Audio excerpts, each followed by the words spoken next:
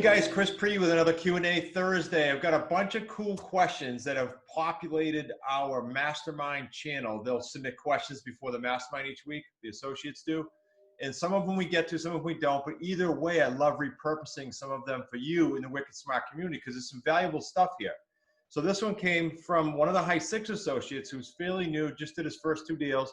He wrote, Chris, on the sandwich contract, the way it's written up, we pay the seller's estimated locked-in equity of X plus the remaining balance of the loan. Now, he said if we get a buyer in there, example, 2 months after we sign the contract, the seller has essentially paid down a couple more months of principal on their loan while we're trying to find our buyer. In other words, the contract was written contingent upon a buyer. 2 months have passed. The formula was based on the loan being here. The loan's a little lower now. This is where this question came from. Very good question. So he said, do we adjust the amount of equity they're getting now since the principal came down a couple months? There's no wrong answer here, guys. Most sellers don't question that because when you go to agreement with them, let me give you an example. If you're not used to sandwich leases, in section 13, of the forms which live in module 11 in QLS, it says the purchase price is going to be payoff of the underlying loan at time of financing plus X cash. It's in a couple of the areas in there too. So what happens is, okay, I put that under agreement. I got a couple months to find my buyer. I find my buyer 3 months later. All of a sudden that loan is lower. So the cash amount we use based on the formula could be more to them if they question it. But my logic is this: look, Mr. and Mrs. Seller, I'm going to a contract. This doesn't come up, but if it comes up, I base my contract at the time on the amount of the loan that was there and the amount of cash I have to give you.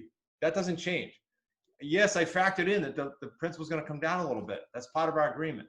So if they whine about it and you have to adjust it so the amount of equity is a touch more, 2 or 3 payments worth of principal, it's not a huge deal. It's not a deal killer.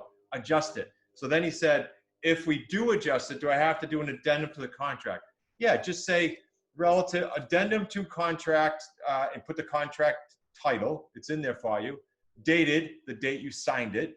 Then reference number 13 and there's a couple in there. Number 13, number 8, and there's another one that has the amount of mortgage in equity. So reference those 3 numbers and say, the cash out is adjusted as follows.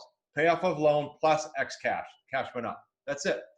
Guys, keep the questions coming. If you don't understand what I just went through there, maybe because you're kind of pre-QLS, side note, shameless plug, get in QLS. Get into the academy. Get yourself educated. You will know more than 95% of the people out there. Now, if you're already in QLS and you don't understand it, put a question here. Wherever you might be seeing this, social media, it doesn't matter where you're seeing it, put a question in here. Please like this, give it a thumbs up, forward it. Let this information, this content get to people you know. It's super important. Also, be sure to subscribe.